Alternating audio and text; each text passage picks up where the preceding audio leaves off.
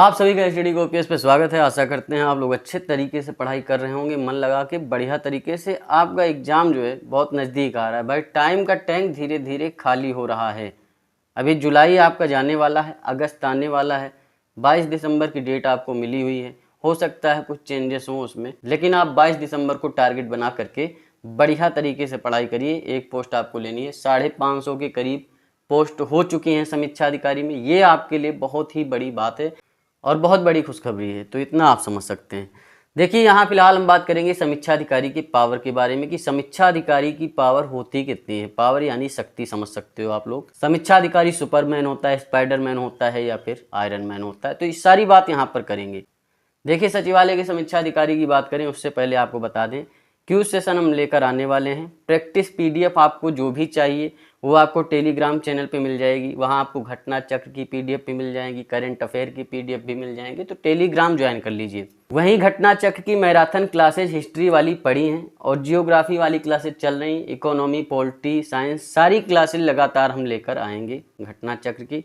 बिल्कुल भी टेंशन मत लीजिए, प्लेलिस्ट बना हुआ है भाई। घटना चक्र की पीवाईक्यू क्लासेज जो हैं, प्रीवियस ईयर क्वेश्चन आंसर वाली, वो बहुत ही ज़्यादा इम्पोर्टेंट और हेल्पफुल होने वाली हैं आपके एग्जाम पर्सपेक्टिव से, तो उसको मिस मत करिए। उसे आप अगर देखते हैं लगातार, जब आपका टाइम बचता है तो उसे रिवाइज करिए। जितना रिवाइज करेंगे, रिकॉल करेंगे, उतना ज़्यादा याददाश्त आपकी बढ़ेगी। फर्जी चीज़ों में, फर्जी लोगों में अपना टाइम वेस्ट मत करिए। टाइम को अपने खर्चा मत करिए, इन्वेस्ट करिए। इन्वेस्टमेंट का मतलब होता है कि अपने ऊपर उस टाइम को लगाना, और खर्चा करने का मतलब होता है फर्जी लोगों के चक्कर में, फर्जी बातों के चक्कर में अपना भेजा फ्राई करना। तो इन सब चीज़ों से ऊपर उठ करके बढ़िया तरीके से पढ़ाई करिए, टाइम को अपने ऊपर इन्वेस्ट करिए और उसे अपनी पढ़ाई में लगाइए और बढ़िया तरीके से सिलेक्शन लीजिए। सचिवालय का समीक्षा अधिकारी क्या क्या कर सकता है, क्या नहीं कर सकता, ये सारी बात यहाँ पर करेंगे। समीक्षा अधिकारी बड़ी पोस्ट होती है, ये तो आपको पता ही, इसमें क्या ही बताना है। आप समझ सकते हैं कि पोस्ट के पीछे अधिकारी लगा है। अधिकारी यानी रिव्यू ऑफिसर, और रिव्यू ऑफिसर क्या है? एक गजेटेड ऑफिसर है, यानी राजपत्रित अधिकारी है। मैं बता दूं आपको, बहुत सारे लोग कहते हैं कि समीक्षा अधिकारी जो है क्लेरिकल जॉब है, एक मतलब क्लर्क वाली जॉब है और इसके अलावा कुछ भी नहीं है। अगर समीक्षा अधिकारी एक क्लर्क की जॉब है ना, तो फिर बहुत सारे टीचर जो 60-70 हज़ार की जॉब कर रहे हैं उसके बाद भी समीक्षा अधिकारी बनने की तैयारी में जुटे हुए हैं। और बहुत सारे ऐसे लोग हैं जो परमानेंट जॉब में होते हुए, बहुत सारी ऐसी जॉब होती हैं जिसमें 60-70 हज़ार सैलरी, उसके बाद भी वो समीक्षा अधिकारी बनना चाहते हैं। उसका रीज़न है क्योंकि समीक्षा अधिकारी की पावर भी, पहुंच भी, हर चीज़ जो है उनसे ज़्यादा होती है। और तो और ये एक आराम की जॉब होती है और 9 to 5 की जॉब होती है और बढ़िया तरीके से सारा सिस्टम मैनेज होता है। और सचिवालय का एक टैग लगता है कि भाई सचिवालय में जॉब करते हैं। देखिए, पावर तो एक अलग चीज़ है, जो एक टैग होता है कि ये लड़का सचिवालय में जॉब कर रहा है या फिर ये लड़की सचिवालय में जॉब कर रही है, तो उसका जो सामाजिक स्तर होता है बहुत ही सम्मानजनक होता है। सचिवालय में कोई चपरासी भी लग जाता है ना, तो उसका भी स्टेटस बहुत हाई होता है। और आज की डेट में तो सरकारी जॉब मिल जाए उससे ज़्यादा अच्छी बात कुछ है ही नहीं। और जब आप गजेटेड ऑफिसर की जॉब पा जाएंगे, राजपत्रित अधिकारी बन जाएंगे, तो क्या ही कहना, 4 चांद लग जाएंगे आपकी ज़िंदगी में। ये बात समझ सकते हैं आप लोग।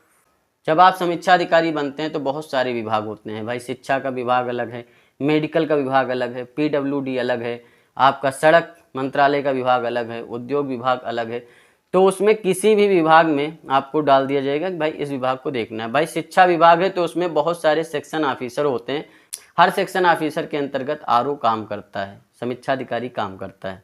तो कोई भी विभाग हो, चाहे शिक्षा का विभाग हो, मेडिकल का विभाग हो, जो भी चीज़ें आपके पास आई हैं, कुछ फंड रिलीज करने के लिए या किसी की अर्जी आई है, कुछ भी आई है, तो मुख्यमंत्री तक पहुंचने का जरिया क्या है कि आपके सिग्नेचर होने चाहिए। जब तक आप सिग्नेचर नहीं करेंगे कि भाई ये चीज़ें हमने पढ़ ली हैं, उसका ड्राफ्ट एआरओ तैयार करता है, नोटिंग आपका एआरओ करता है, उसकी जांच सारी कौन करता है? आरओ करता है कि हाँ भाई ये सारी चीज़ें सही हैं, सही भाषा में लिखा हुआ है, सब चीज़ें क्लियर हैं।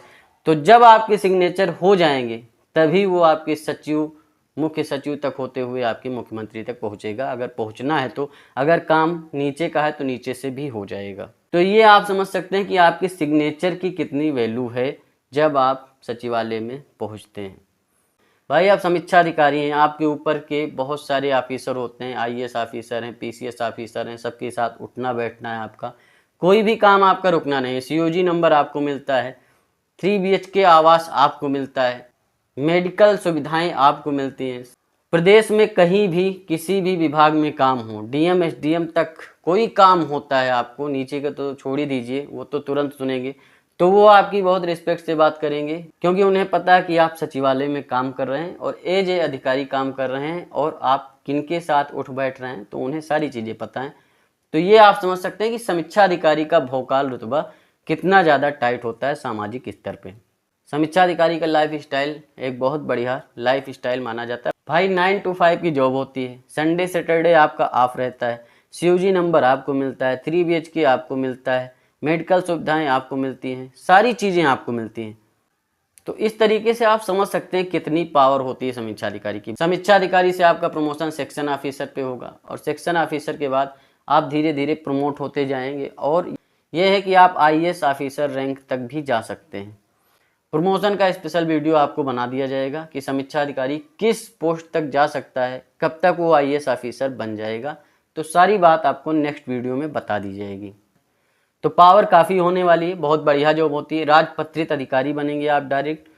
तो सारे डिस्ट्रैक्शन और निगेटिविटी को एक साइड रख दीजिए, एक ताखे पे रख दीजिए, एक किनारे रख दीजिए और अपना एक एक सेकंड जो है पूरी तरीके से अपने एक ड्रीम प्रोजेक्ट की तरह इसे मान करके इसमें झोंक दीजिए।